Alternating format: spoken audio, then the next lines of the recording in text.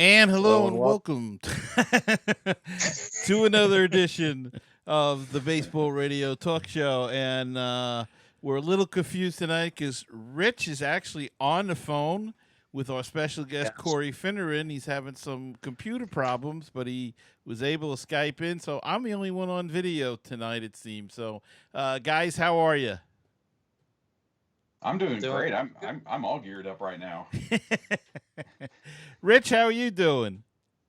Not too bad, Gary. It was nice of you to be able to take the reins here. Of course, these Windows updates are unpredictable, as us Windows users know, but I know that's why you're a Mac guy.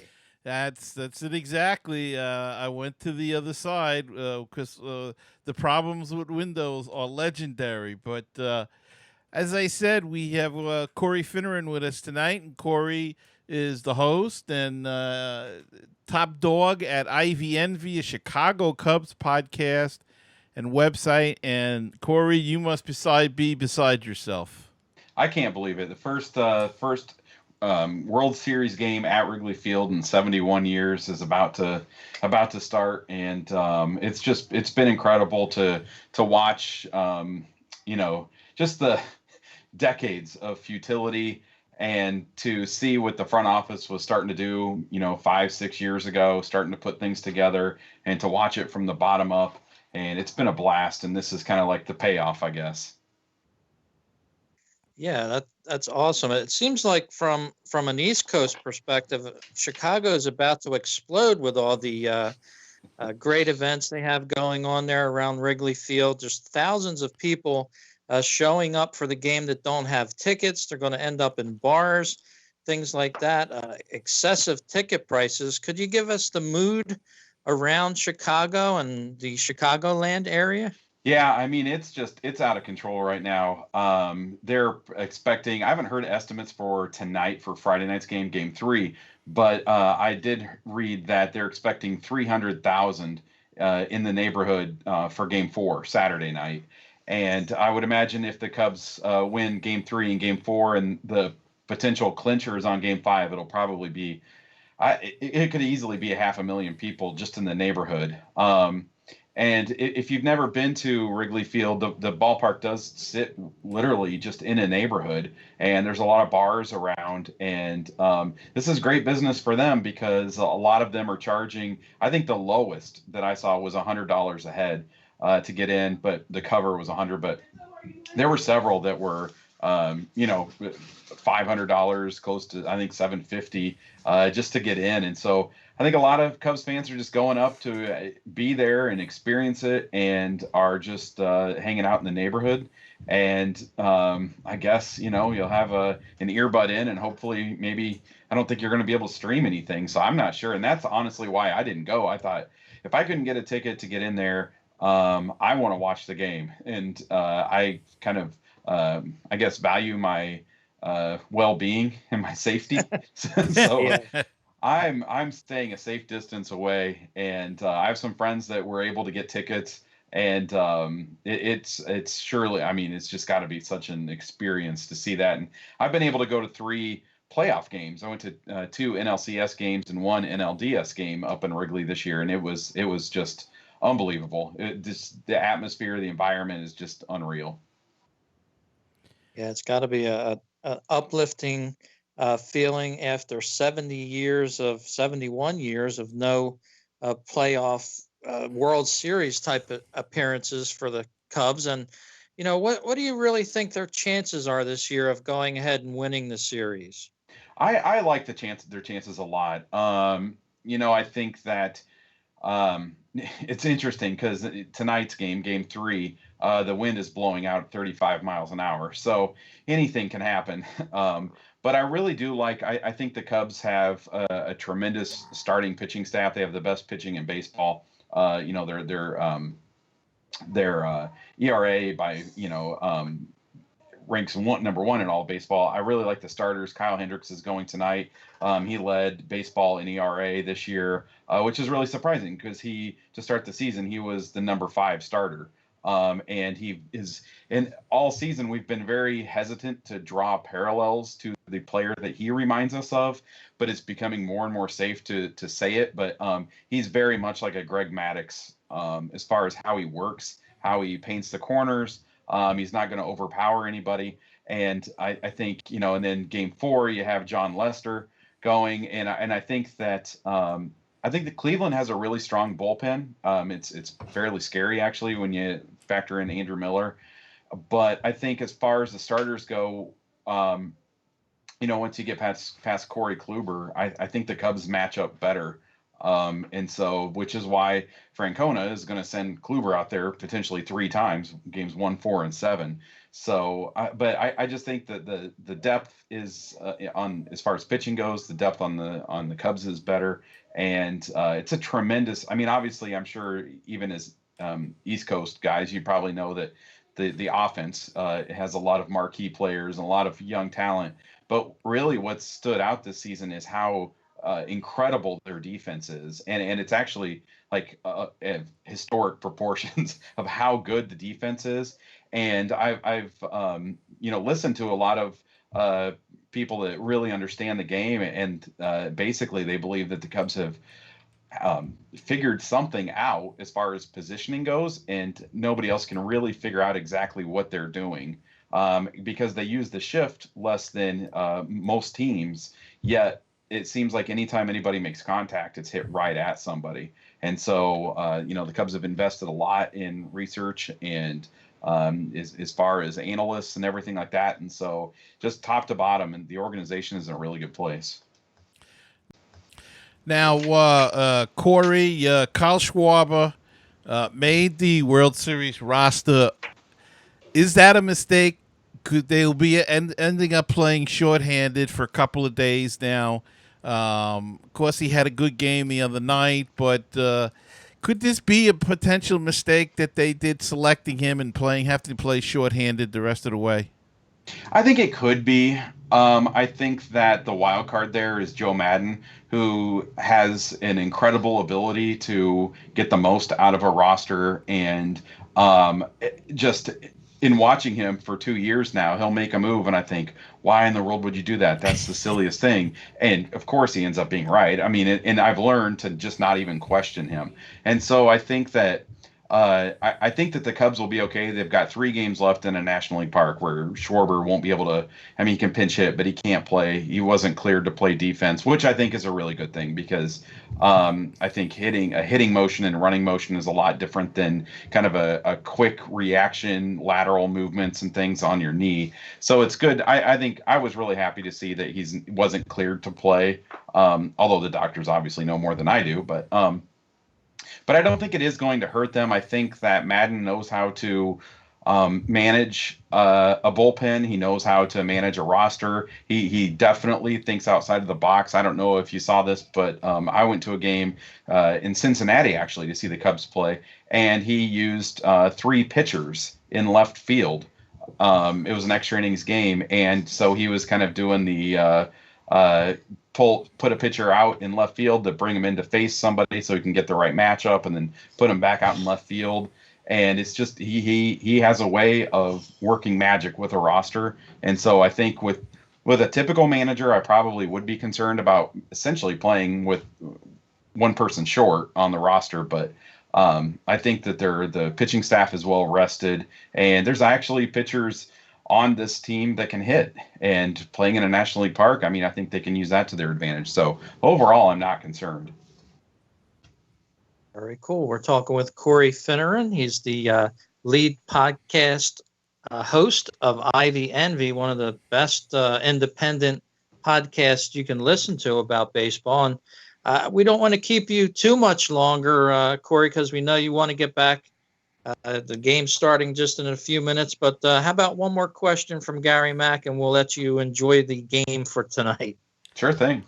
Well, Corey, I was just wondering about the weather conditions in Chicago over the next 3 days. Is it going to be cold? You said the wind's blowing out 35 miles an hour. That means we could possibly have one of those 12 to 11 games that Wrigley Field is so well known for. But overall, what are the weather conditions for the next 3 days, and will the cold affect the pitching at all, in your opinion? Yeah, I actually we got pretty lucky as far as this weekend with hosting because it's actually a fairly warm weekend. I think the low for for each game I think is like right around 50. So it's not awful for this time of year, especially with as close to Wrigley as to Lake Michigan. And but when the wind is blowing out, that's a good thing. That typically means that it's going to be warmer with the wind coming from the south. It's when the wind comes off the lake that is when it's really cold there. And I've been Wrigley is a very strange ballpark. If you've never been there, I've been there in July and August where it's 90, 92 degrees, and I sit in the upper deck and you're freezing up there because the wind is coming off and you're in the shade and everything. It's very bizarre. But I think we actually got pretty lucky. It looks like it should be dry weather, which is good. And with the wind blowing out at 35 miles an hour, the Cubs have a lot of power. And like I mentioned, that defense is going to be important. They don't necessarily have the strongest defense out there tonight with Jorge Soler starting. But what's an even more baffling move is the fact that Francona put Santana in left field with the wind blowing out to left. And Travis Wood, a Cubs relief pitcher, has more innings, career innings in the outfield than Santana does. So I guess you're just hoping for offense, and that's what he's doing. But I honestly, my prediction for the game is that I think the Cleveland outfielders are going to have a really hard time with this wind, and so I think it should make for some fun baseball. Because we could see a really wacky game where even a 5-run lead or something late in the game isn't necessarily safe. So it should be interesting. Yes, it should be. Well, we thank you very much for joining us, Corey. You want to go ahead and join your family and friends there and watch the game from Chicago. Best of luck to the Cubs, and we thank you for joining us on this program. All right. Thanks a lot for having me on, guys. Thanks, Corey. Thank you. And Corey there taking a few minutes of his time to appear on our show right before Game 3 there in Chicago. And Gary Mack, all I've been reading about all day is how Chicago is really just going haywire over there. There was a plane on O'Hare Airport, the runway today, that caught fire even. They had to evacuate that plane. It was a miracle nobody was hurt. But it just seems to be part of the Wrigley Chicago experience there. That place is just about to blow. Well, Rich, I guess if you don't have anything going on in 70-something years and you're a Cub fan, now let's not forget that the White Sox won the World Series a few years ago, 10 years ago, whatever it was, 8 years ago now, and they seem to be forgotten it all over the madcap mania of the Cubs. But it's a very a two-town team, much like it is in New York. But I think even in New York, there's more of a cross of teams and potential fans, whereas in Chicago, it seems to be cut and dry. If you're a Cubs fan, you hate the White Sox, and you're a White Sox fan, you hate the Cubs. So I don't think there's much of a love there, but again, they did win, and it is something to see that the craziness for the Cubs that's going on right now, Rich. Yeah, the ticket prices are at an astronomical level, and I was reading earlier where the local bars in the Wrigley area, which there are quite a few, and usually can accommodate all patrons after the game and even during the game for that matter, have all had to band together and sort of institute a few $100 a night type of policy because they had thousands of people waiting to get into their establishments that just couldn't even get in. So their answer to that was to raise the prices into the several $100s for the whole evening to have the joy to go into one of their establishments, watch the game on their televisions, drink beer and wine and liquor and have something to eat. So that might cost you 500 a piece. Yeah, and like Corey said, Rich, I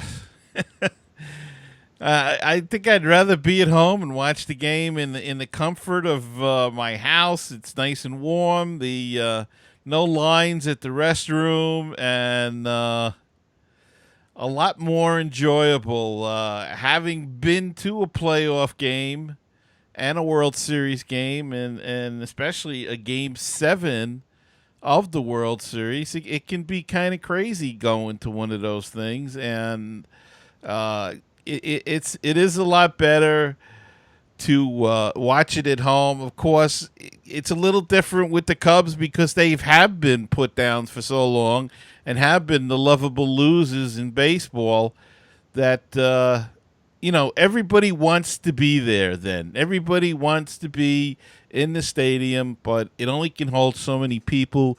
Though 30 years from now, Rich, there'll probably be a couple of million people that say they're at that game. Yeah, easily. There'll be thousands and thousands, probably a couple 100,000 that said they were at these games, but maybe they could dream anyway. But you touched on an interesting subject with Corey a couple of minutes ago, talking about Kyle Schwarber and his appearance in the World Series. Of course, he was injured practically all year and made a miracle comeback, really. He played a game or two in the Arizona Fall League, and I don't think anybody anticipated his move to the World Series with the Cubs and being on the roster. That's just an amazing story in itself. Well, yes, it is, Rich, but you got to wonder if it's a big mistake. He cannot play in these next 3 games. As Corey said, he's not approved to play the field. So why would they approve him to play at all is beyond me. If he couldn't go both ways, he's only going to be available for 4 games if it goes 7. Now, if the Indians can steal 1 or 2 games in Chicago, they got a potential of not even making it to the 7th game. So he would have played in 3 games and really only had any help in 1 game so far out of the 2 played. So I don't know. It could turn out to be a big mistake. There was talk they were going to try to make him play the field, but he couldn't get doctor's clearance, and I think that might have been even a worse mistake if they put him in the field. I said this yesterday to somebody that Terry Francona should be watching, and the Indians pitching staff should be watching the LCS from last season and watched how the Mets pitchers pitched Schwarber, and then just if he was going to be able to play, see how they pitched him and how the Mets hit the ball in left field, because he was terrible and really hurt them out in left field. And that's why I was so shocked when they said that he might play the field. But, of course, it's a moot point now. The doctors would not clear him, which brings up the whole issue, though. How can somebody that's not cleared to play the field be allowed to be on the roster? It just doesn't make a lot of sense. And it's another DH controversy here, because if you can't play the field, you shouldn't be playing at all. Yeah, and what a shot in the arm, so to speak, it's been to the Cubs to have him in that lineup. It seems like Game 1, the Cubs couldn't do anything against Kluber, but here was Schwarber, coming up to take a few swings, and in the first 2 games, he went 3 for 7 with a double and 2 RBIs. So he might have been sort of an inspiration to the Cubs. Here they're looking at a guy that, who was a fellow teammate, took a tough injury and an injury that you and I both agree now it probably should not have come back to play baseball here in October. But I guess the chance of being in the World Series was too great for him. But that does beg the question: how did he get permission to bat and run and do other things, but not play the field? It doesn't all add up. It's sort of like that Hillary email scandal almost. There's more than meets the eye to this. And there's more to meet the eye with that now too, apparently. So that might take up some viewing, watching. One eye on the game and one eye on the news channels tonight with all what's breaking there. But yeah, it does. It brings up an interesting question, and again, it's a roster spot that they gave up to a healthy ball player or from a healthy ball player to put him on, and will that hurt them in the long run? If they don't, I know he uses his roster well, but he's still only got 24 guys now to work with. Yes, he can use them to pinch hit, but he's still a man short. And what happens if this guy hits a double and blows out the knee again? Apparently, he's not 100% if he was not cleared to play the field. Now, I know, like you do, Rich, that it's a big difference playing the field and just running the bases. There's more sudden cuts, different movements. Your foot could slip going after a ball, something like that on the grass.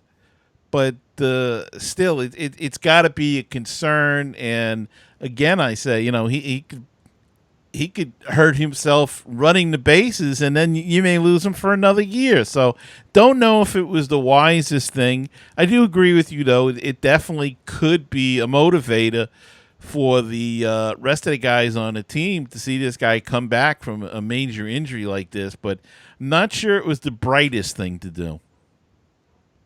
Absolutely. Well, we want to encourage our listeners out there that last couple shows we've had some nice guests for you appearing on the podcast here. I'd like to invite you over to our Patreon page. There you can become a patron of the show. You can subscribe by the month. They collect it on a debit or a credit card, $2, $3 a month, whatever you want to sign up for. We have different levels of membership.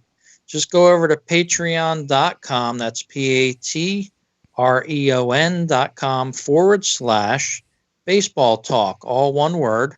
And then you're going to get to our Patreon page. That'll allow you to become a subscriber of the podcast. And you may even get some special gifts from us from time to time for being a certain level of subscriber. And we'd like to welcome you to join that. Enable us to bring you better guests, better type of programming on this podcast. And we'd love to have you aboard. So stop by patreon.com/baseball talk. And if you can't quite get the website from my audio here from the show, you can go to our website at mlbthisweek.com and find a link right on the website. So do stop by that website. You can also send us a message if you'd like us to discuss something on the show, or you have a comment about something I said or Gary might have said, or you have a suggestion for the show. We encourage you to write in and give us your thoughts and comments about the program. Gary, is Game 3 of the World Series just about to start in just a few minutes. And we talked a little bit about the hoopla surrounding Chicago, but we still have another team involved in this World Series, and that's the Cleveland Indians. What a great time it was there in Cleveland for games 1 and 2. Certainly was, Rich. And of course, they have not won since 1948. So even though they have made a World Series appearance in, I keep forgetting what year, 95, 97, whatever it was, something around that. They lost that series, but they were made an appearance in a World Series. But yeah, it was a great time in Cleveland there, and you could see the people were excited there as well as in Chicago. And there's always an excitement about such a thing around the baseball world, especially in the hometown of the team. I can remember last year it was crazy here in New York when the Mets got in, and first time in 16 years for them that they were in the World Series. So it's you can imagine the craziness going on in Chicago after 71 years and in Cleveland. But as you say, Rich, they're going to have something to say about it too. And Trevor Bauer tripped a little bit in Game 2, but Kluber was fantastic in Game 1. There's a maybe Kluber may be in the Cubs' head, so he'll be back for 4 and possibly 7 if it goes that far. So they're going to have something to say it. They have a great bullpen. They have a terrific manager, and I'm not crazy about the choice of playing Carlos Santana in left field, as Corey was alluding to. But they want to keep his bat in the lineup, and we'll see how that plays out. They can always make a move quickly, and will they be at a disadvantage because it's a National League park? Always. They say it's a disadvantage for the American League club, but in this instance, it could maybe not be as big a disadvantage with the Schwarber not being able to play either. So, it is what it is, and I think now with all the years of interleague play and the playing back and forth, I think they've kind of figured it out and gotten used to it. The wind blowing out is going to be an interesting thing, and the weather, I think, could still play havoc. But both teams are used to the cold, so I don't think the chilly, cooler weather will have anything to do with it. It's definitely not warm in the Midwest there, where both teams are from. So, the wind blowing out, that should be interesting, and we'll see what happens with that game tonight.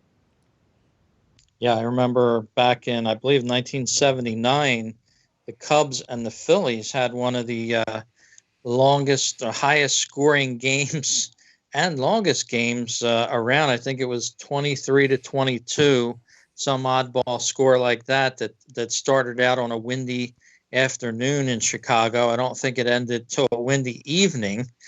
But yeah, when you get that wind blowing and swirling around Chicago, especially, it's a steady wind of 18 to 20 miles an hour. And as Corey Fineran from the Chicago area had just told us, it's gusting into the 30s. So all they have to do is launch that baseball up into the air and watch the wind take it, basically. Going to be a very interesting night at Wrigley for Game 3.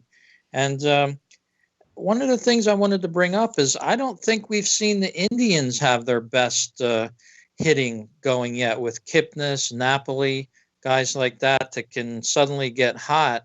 I don't necessarily think that we could even pencil the Cubs in for a win in Game 3 here tonight. Yeah, Rich, I'd have to agree. Kipnis has been struggling, as you said, and Napoli hasn't done too much.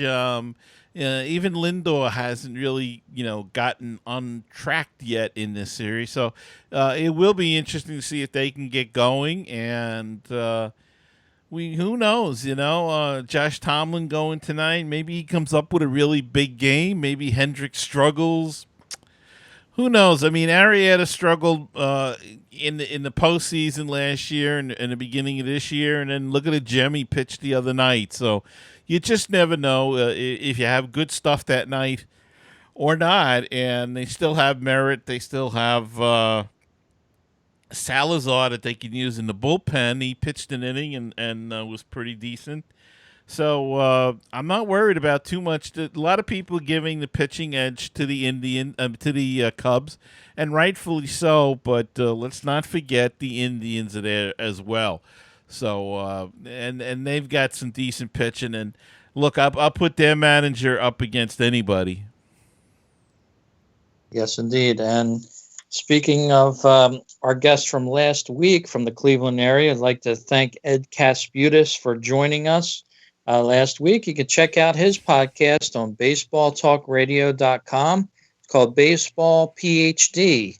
They have a tour group that actually runs some tours during the regular baseball season. So give that podcast a listen. It's the good folks over at Baseball PhD. They're a great bunch of guys there. I think there's 3 guys, Ed and a couple of other guys that do the podcast there. And they're just a great show to listen to, even in the off season. So give them a listen over there, Baseball PhD.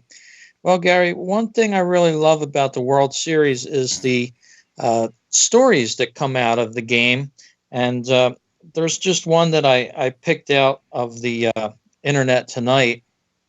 And of all things, there in Chicago, a divorcing couple go to court over World Series Cubs tickets. It made the papers today. A suburban mom this week submitted a, quote, emergency petition for World Series tickets, unquote, to see Game 5 Saturday night against the Cleveland Indians. A judge's order says the tickets for Saturday are held by Nancy Riddle's estranged husband and fellow Cubs fan, John Riddle. So we're still waiting on a ruling with who's going to get these tickets, but that's just part of the oddness of a big event like a World Series or something like that. But isn't that a very strange story to come out in the tabloids and every news organization across America? I guess they didn't figure on that. Well, Rich, here in New York, we have the New York Football Giants, or actually they're in Jersey, but they still call themselves New York. And for years, their tickets, ownership of their tickets has been passed on in wills.